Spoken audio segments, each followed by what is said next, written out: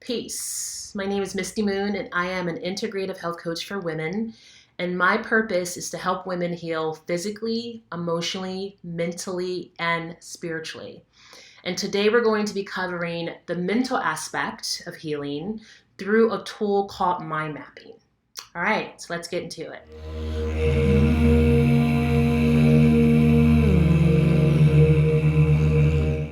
So mind mapping's reputation is mostly used for problem solving, setting goals, and brainstorming, but it also can be used in healing trauma. Now, before I begin, I just want to say as a disclaimer that if you know that you have severe trauma, then this is a tool that you want to use in tandem with your therapist. My intention for offering this tool is for you to use for everyday mental maintenance, okay? So, oftentimes we find that we're stuck in these negative loops, right? And these negative loops causes us to procrastinate, to have anxiety, to cause ourselves to be attracted in toxic relationships, to find that we can never quite accomplish goals, emotionally eating, the whole 9 yards. Every imbalance, no matter how great or small, all comes from these negative loops that we have in our head. And these negative beliefs are unconscious. That's why it's not so easy just to eradicate them. I mean, if that was the case, then most of us wouldn't have any problems. Because they're unconscious, we're not aware of them, okay? And so I want to say really quickly that Master Health Coach Brooke Castillo, she has what's called the model. And the model says this, that our thoughts affect our emotions affect our actions, and our actions yield our results. So mind mapping gets you to the root of that thought that causes havoc to begin with.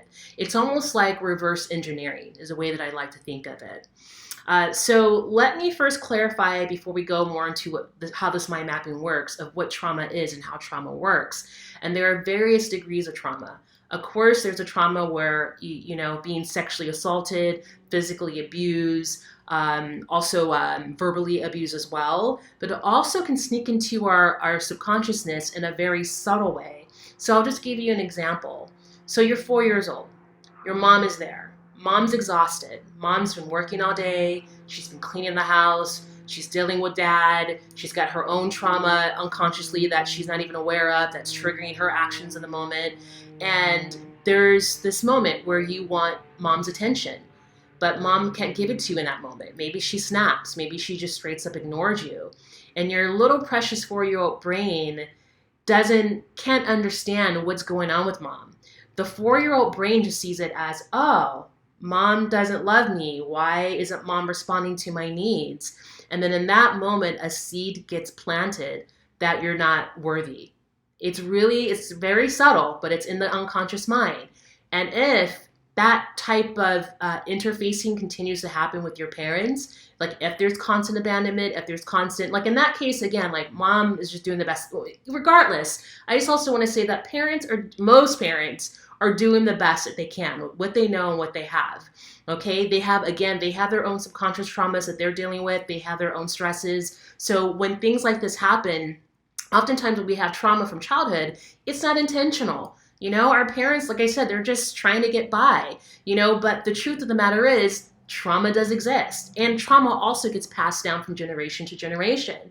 So now we're in a time and age where we have these tools to be able to finally break that cycle so that we don't continue to offer it to our offsprings, okay? So just keep that in mind. So going back to the moment when you're 4 and mom wasn't there for you. Now, if that interfacing continues to happen where it's more severe, where your parents are blatantly abandoning you, then that seed begins to get enforced. That seed of I'm not worthy gets enforced, and then it grows from a seed into a stem, into a branch, into a fruit. That's all based in the root of I'm not worthy. And how that looks is how you begin to act. Again, you're attracted to unhealthy relationships. You're emotionally eating. You're always depressed. You're always, numbing out because that root was never addressed. And so mind mapping is like a way of reverse engineering. A lot of these holistic modalities, That's what we're doing. It's just reverse engineering, getting to the root of what caused that tree of unworthiness, that tree of I'm not good enough, that tree of life happens to me, to eradicate that root. That's what we're doing here. Okay, so get back to my notes here. So this particular model that I'm sharing with you was created by psychologist Dr. Judy Rosenberg. I find this really fascinating. So she takes it back a step even further and addresses the root of our trauma from the time that we're born. Most of us that were born in the Western conventional settings, we're in, first of all, our mom is laying on a table versus like being, squatting, allowing gravity to naturally let the baby out. She's on her back. There's all these bright lights, all these people in the room, and then the baby's born. And they let mama hold the baby for a while, but then soon after the baby's taken away to a separate room. And then you have some babies that enter into this world through a C-section. You have other babies that are due to health problems or in an incubator for a certain amount of time. And then my heart goes out to those who were test tube babies. That was a big thing back in the 80s. So that moment that you were born, you're already experiencing trauma. So that is the focus for Judy Rosenberg with this particular mind mapping. She wants to take you back to that place. So this particular mind mapping process has 9 different categories and a question for each one. I'm going to put the link of the PDF in the notes or in the description so that you could download this on your own and use it if you feel like this is something you want to explore. But in the meantime, I'm just going to go really quickly what the 9 different categories are and the questions that she proposed for each one. So the first one is the wound. And the question is to list 5 childhood wounds that you can think of. The second is reaction. And there you list your reactions to those wounds as a child. Number 3, encoding. List negative beliefs you had about yourself from childhood. Number 4, list any type of chaos or suffering you are currently experiencing in your life. Number 5, what are your current defense mechanisms? 6, break down, break through. How are those defense mechanisms breaking down or no longer working in your life? Number 7, paradigm shift. How is your life shifting from an unhealthy paradigm to a new, healthier paradigm? Number 8, healing. Ways in your life that you are expecting healing. Ways in your life that you are experiencing healing. And then finally, number 9, ways in your life that you are experiencing unity, integration, or harmony. Now, let's keep it real here, okay? Just because you go through these questions doesn't mean that by the time you get to number 9, your life is going to be transformed. It doesn't work that way. Again, this is just a tool. It's a map. Perhaps you can sit down and go through each question because it's going to bring up a lot of trauma, a lot of pain from your upbringing. So again, I just want to say again, if your trauma is severe, you definitely want to do this with a therapist. And even if your trauma is manageable, it's still helpful to have someone guide you through this, but you can do this on your own. But just know that you got to take it piece by piece. I would recommend going through each step, and when you feel complete, then go to the next one, because you want to allow each step to do its alchemical work on you.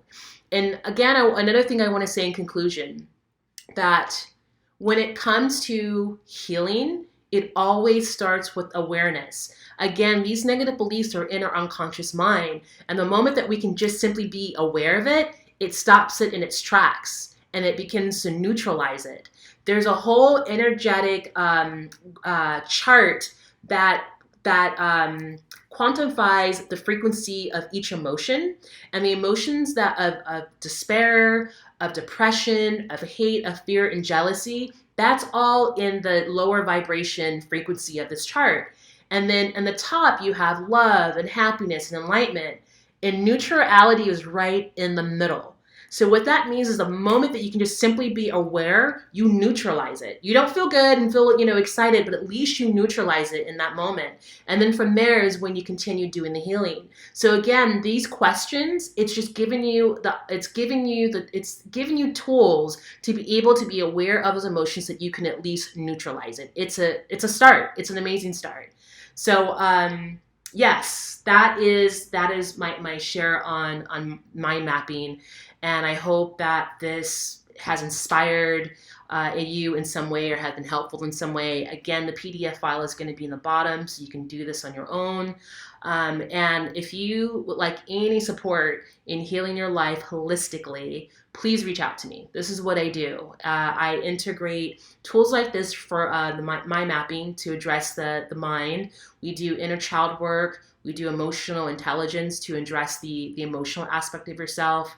As far as the body is concerned, I'm a yoga instructor, so I integrate a restorative and or womb yoga practice into your program. You get that customized. And then diet, we'll go through a 21-day detox together. And then finally with the spirituality, helping you with altar work, helping you connect to your higher self in the way that is that resonates with you, because I truly believe that you have to have all those elements addressed in order to have sustainable happiness in your life. If one is missing, then it's incomplete. So that's what I'm here for. So check out my website just to get a better feel of who I am and what I do. But in the meantime, I hope this information was helpful. Sending you love, light, and I hope you have a beautiful day. Okay, take care.